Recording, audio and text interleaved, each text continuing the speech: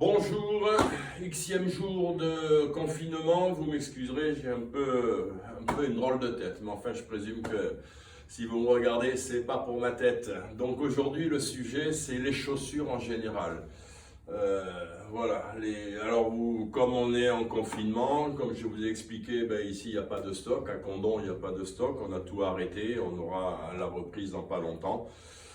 Sinon, on a l'habitude d'avoir beaucoup de stock. Voilà les chaussures. Et comme on n'a pas de stock, on est pieds nus. Voilà, ce sont les miennes, j'ai utilisé les miennes. Le problème des chaussures en général.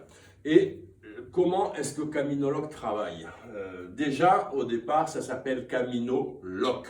Loc, pourquoi? Parce qu'on a commencé en faisant de la location. Quand j'avais le gîte d'étape, à force de voir passer les pèlerins avec les pieds fracassés, je m'étais dit, tiens, je vais donner un coup de main et j'ai loué des chaussures avec les transporteurs qui transportaient le bagage. Je m'étais mis au point et on pouvait louer des chaussures pour 2-3 jours pour quelques euros et me laisser les chaussures sur n'importe quel gîte et ça me revenait chez moi. Et très vite, je me suis rendu compte que les chaussures ne revenaient jamais. Pas qu'on me les volait, mais que les pèlerins me téléphonaient en disant « Oh, je te les achète ». Et c'est comme ça que Caminoloc a démarré. Et certains d'entre vous peut-être auront connu la réserve de chaussures au relais des Jacobins sous les toits dans le SOS pèlerin. Et donc, c'est à partir de là qu'avec Madi, on a démarré et on a gardé ce nom de Camino Loc. Voilà. Loc parce que une grande annonce un petit peu avant, on va se remettre à louer du matériel d'une manière intéressante. C'est dans l'air du temps et ça peut correspondre à certains besoins. Donc, on va revenir à de la location de matériel. Je vous en dirai plus le moment venu. Le thème, c'est les chaussures. Et comment Caminoloc travaille avec les chaussures. On pourrait avoir, il y a 15, 20, 50 fabricants et chez chaque fabricant il y a 10, 15, 20 modèles et on pourrait avoir plein de modèles.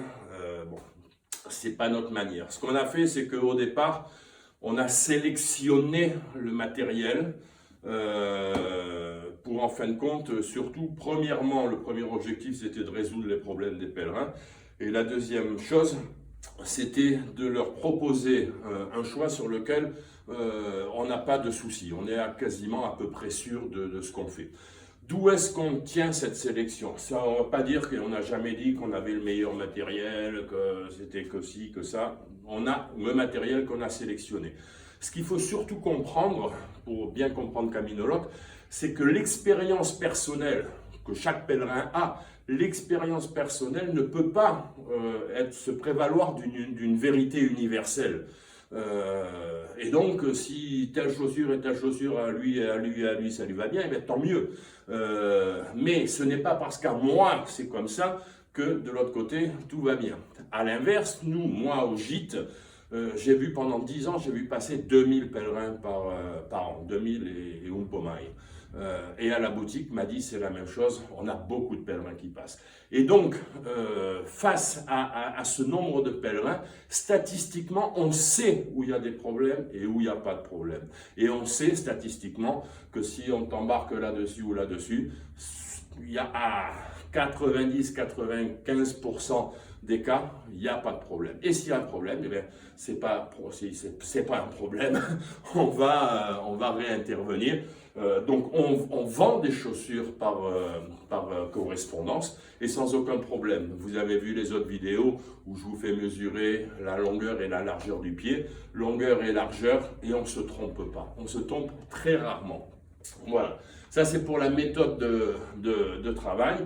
Maintenant, tous les conseils qu'on va vous donner, ce sont des conseils dans cet esprit, c'est-à-dire qu'on essaye de ne pas dire de conneries. Et c'est très difficile de donner des conseils. Il faut que le conseil soit judicieux. Et je répète, c'est pas parce que pour un tel ou pour un tel ça va que ça va aller pour tout le monde. Nous, on a une vue d'ensemble, on se base sur notre expertise pour deux choses, parce que tout le matériel que l'on a, toutes ces chaussures, tous les sacs, on les a essayés, et on ne les a pas essayés sur un week-end, on les a essayés sur des chemins complets et dans des vraies bonnes conditions. Ça veut dire on sait ce qu'on fait avec ça, quoi. Voilà. De toute manière, ce principe de la statistique en général, en vérité, quand je vois sur les réseaux sociaux les pèlerins dire « Ah tiens, j'ai besoin de chaussures, qu'est-ce que vous pensez de telle ou de telle chaussure ?» Ben, Total des courses, ils font la même chose. Ils vont se dire « Tiens, si on me dit, s'il y a plein de pèlerins qui me disent c'est bien, c'est que ça a des chances d'être bien. » Voilà. Donc on réagit de la même manière. Nous, on a fait cette sélection au vu de tout ce qu'on a, tous les pèlerins qu'on a vu passer, et derrière ça, après, on les essaye rapidement. Pas rapidement, on les essaye concrètement sur des chemins et des chemins complets. Donc voilà pour les chaussures. Rapidement, chaussures basses, chaussures qu'on va appeler mid, et chaussures hautes. Chaussures basses, mid et haute, c'est un problème de cheville. Il ne faut pas croire qu'une chaussure haute vous empêchera de vous tordre la cheville. Non, si vous devez vous la tordre, vous la tordrez. Maintenant, ce n'est pas parce que vous avez des chaussures basses que vous n'aurez pas de tendinite non plus. Tout ça, c'est des idées un peu préconçues.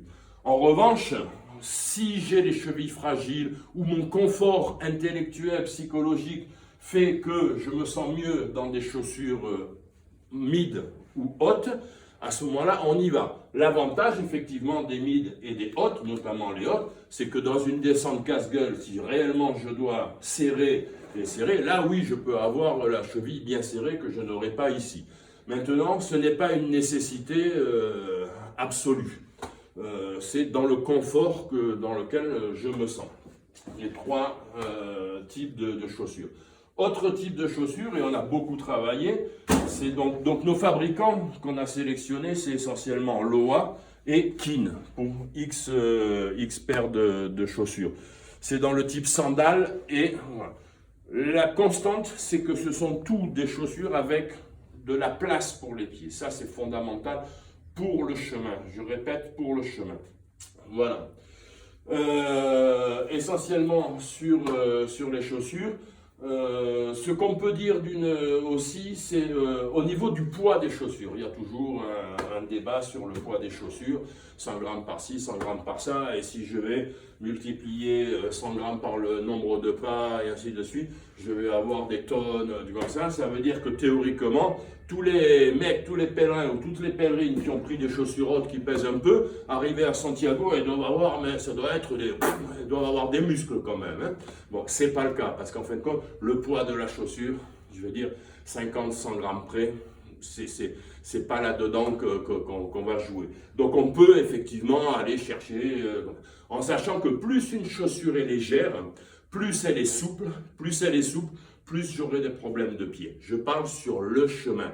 C'est pas du running, c'est pas du training, c'est le chemin. Et donc, la première des choses, c'est d'avoir des semelles. Et la semelle est importante. Pourquoi? Parce qu'il va y avoir des caillasses, parce qu'il va y avoir des trucs. Tiens, ça me fait penser, on intervient. Viens, suis-moi, Philippe. Je fais pendant le confinement, je fais 10 km par jour. Viens voir ici. Voilà. Ça, ce sont mes semelles. Juste pour dire que des semelles, ça s'use. Et ça s'use réellement. D'où l'importance d'avoir des vraiment bonnes semelles. Deuxième des choses, la chaussure, elle va, au niveau du coup de pied, oui, être un peu souple. Au niveau de la voûte plantaire, non. C'est ça qui va faire le chemin la chaussure pour le chemin, c'est que ça va m'économiser le pied. Si j'ai des chaussures, plus le pied est souple, plus le pied va travailler, plus j'aurai des problèmes. Et plus la chaussure est souple, plus il va falloir que je la serre. Alors que là, j'ai une espèce de coque. C'est pour ça qu'on aime bien les chaussures en cuir. Même chez Kin, c'est la même chose, ça nous fait énormément de place à l'intérieur. Et Kin, c'est la même chose, c'est de la semelle. Et même sur celle-là, on va tordre ici, mais pas là. Okay, c'est ça les astuces du chemin. Dernière petite chose sur les idées reçues. En plein été, surtout ne pas partir avec des chaussures comme ça. Si vous voulez partir avec des chaussures comme ça, partez avec des chaussures comme ça, il n'y a pas de problème, même en plein été. Il est évident que vous aurez plus chaud dans des chaussures comme ça que dans des chaussures comme ça, c'est sûr. Mais, deuxième petit conseil de marche, quoi qu'il arrive sur le chemin, arrêtez-vous régulièrement. Personnellement, c'est toutes les heures et demie, mais régulièrement, arrêtez-vous, vous avez le temps, vous êtes sur le chemin, c'est pas une course, et le soir à l'étape, vous y arriverez tout le temps. Vous n'êtes pas un quart d'heure près. Et donc, enlevez les chaussures. À chaque fois que vous vous arrêtez, c'est rien du tout d'enlever les chaussures. Enlevez les chaussures, enlevez les chaussettes, aérez les doigts de pied et repartez avec vos chaussures. Et vous verrez qu'il n'y a pas de problème. Vous pouvez même en plein été partir avec des chaussures comme ça, si ça vous va. Ces chaussures, c'est toujours un investissement. Donc si je prends que des chaussures que pour l'été, d'accord. Mais tant qu'à faire, moi aussi, même en été, ça m'arrive de marcher avec ça. Il n'y a pas de problème. En revanche, quand je suis en automne ou en hiver, il est évident que celles-là sont réellement imperméables. Voilà. C'est toujours, il faut réfléchir, on se dire, l'investissement, pourquoi j'achète les chaussures. Donc ce type de chaussures, n'hésitez pas, ce sont les Camino. Là ici, vous avez les Renegade, basse et mid. Et tous ces types de chaussures, vous les avez, c'est un peu notre spécialité chez Caminoloc, c'est la largeur. On les a en normal et on les a en wide, en large. Voilà. Pour les chaussures, on a dit l'essentiel. Et on fera d'autres, sur chaque modèle, on fera des vidéos un peu particulières. Voilà, pour ne pas être trop long, bonne journée, à bientôt.